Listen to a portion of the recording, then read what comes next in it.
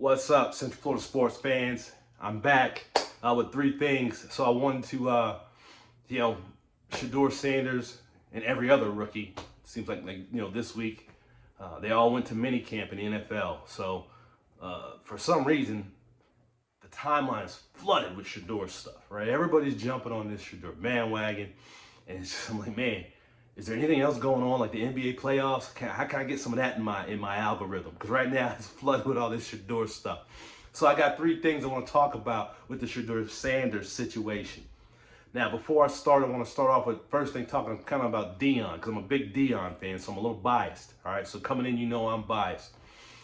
Dion is from my era. He was the first guy, well, kind of the second guy. Muhammad Ali was the first guy to really talk crap, right? To really talk big and back it up. Dion did the same thing, but he went on the next level. He played two sports, right? He had the bling. It was about the jury, right? So all of this, that's Dion. What I also like about Dion is what he's done for black coaches, right? He's shown them, or kind of trailblazed the path. He showed them a way to get into coaching, whereas before they never got into coaching.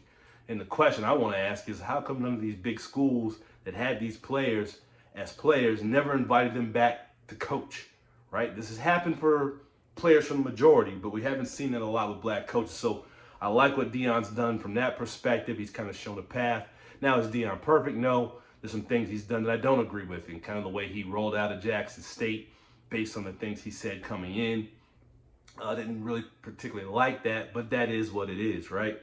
Nobody is perfect, and I don't fault him for that. I think the net positive outweighs the negatives in his situation.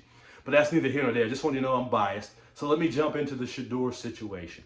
The first thing I want to, thing number one about the Shedeur situation, I see all these black celebrities griping about, oh, well, how you did this to Shedeur. And come on, bro.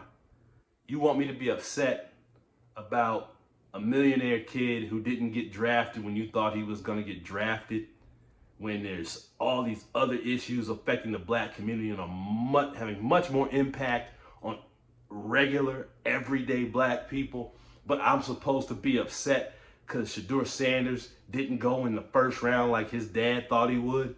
I mean, come on, man.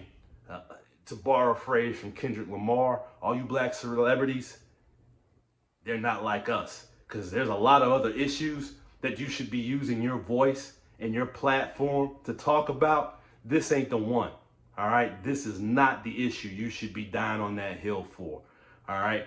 Second thing, why are we making such a big deal out of rookie camp film? I saw some dude out there with stats talking about, well, Shedeur went 8 for 16 and Dylan Gabriel went 7 for 12. I don't know what the numbers were. I'm like, this is stupid.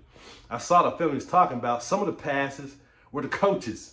Are you counting those into? I mean, what are we talking about here, man? This is rookie camp. You know what rookie camp is for? This is just to get players acclimated. It's to get the rookies some shoes. Look at the videos. They're trying on shoes. They're putting on helmets. That's what this is for. Is to get them ready so that when they go to camp, the practice will run according to schedule. I know a lot of Dion fans don't really follow football. You're new to football. Bomani Jones, I think, said it best. Check out his podcast, The Right Time with Bomani Jones. But he said it, the bigger Dion fan you are, the less you know about football. And that seems to be true, all right? In my experiences, that seems to be the case. And so you got people out here screaming about, well, he didn't get the first reps. They let Dylan Gabriel get the first. It's rookie camp. The only purpose to this is so these guys, when they get the veterans out there, they won't be slowing up practice. Practice will flow. NFL has a very regimented time frame. They can't go beyond that because of the collective bargaining agreement in the NFL Players Union. So they don't want to waste time showing rookies what to do in practice. They want them to know when they get there. So when they do get the veterans, they're not wasting time. Let all that go. Let it go. Okay? My third thing, number three, all right? Number three, about the Shedeur Sanders situation. I see a lot of people call his quote-unquote internet aunties and cousins and internet sisters, all right? Here's the deal, man. Buying all his jerseys and making all these comments ain't going to get him the starting job, okay? Again, going back to what we just referenced, right? A lot of the Deion and Shedeur fans aren't football fans, so they don't know how this works, okay? The NFL is the world's most competitive meritocracy. If you ain't good enough to win games, it don't matter. You just ain't good enough to win games. Now, they might give you a spot somewhere on the roster and tuck you away, but at the end of the day, what you got to do is you got to win. So if Shedeur Sanders can't win that starting job on the field, all your jersey buying and all your comments ain't going to mean anything at the end of the day. How do I know this? Tim Tebow. Okay, Tim Tebow had more fans than Shedeur Sanders. Yes, he did. He did, okay? They were just as adamant as Shedeur fans. Where is he now? Not playing in the NFL, okay? Let it go. Stop being so obnoxious. You're making people hate you, okay? You're making people hate his fandom. Why? Because you say silly stuff that makes no sense, okay? You say stuff that shows you know nothing about football. And if anything, it's going to cause you more harm to your man than good. Why? Because if he is a backup quarterback, and most quarterbacks drafted in the 5th round are backup quarterbacks, okay? They don't want the noise. They want that backup quarterback to sit on the sideline and be out of the way and not cause controversy. The only time I want to hear from you is if this guy goes down, I need you to go in and do what you do as a backup, which is replace the starter when I need you to. Outside of that, I don't want to even know you exist other than to carry the clipboard, okay? So relax, Deion/Shedeur fans. Let him do what he do. If he's good enough, he's going to be on the field. Trust me. If he's not good enough, he won't be on the field. And here's a little side note. Here's a bonus thing. Thing number 4, bonus thing today, all right?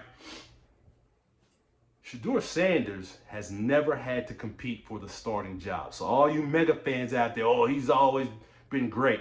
No, he's never had to compete for the starting job. Deion has stressed this every time he talks about him. I've always been his coach. I've always been his coach. He's never had to compete for the starting job, not even at CU. He never competed. Deion never said he's competing for the job. Okay? This is his first time competing for the job. All right, so let him compete. Let him enjoy this for the first time. It might not work out the way you want it to, but he's here and he's going to have to earn this on his own, with or without his aunties and cousins and his dad. Okay? Now, I know the hate's going to flow in the comments section, but at the end of the day, I hope Shedeur shows out. I want him to show out because I do think it'd be exciting to have him on the field. But I'm not quite sure he's a starting quarterback. But I am willing to let him take his opportunity to earn it. You should be too. So there you go. This is the Black Andy Cap. Just wanted to let you know these 3 things, and I'll see you next time.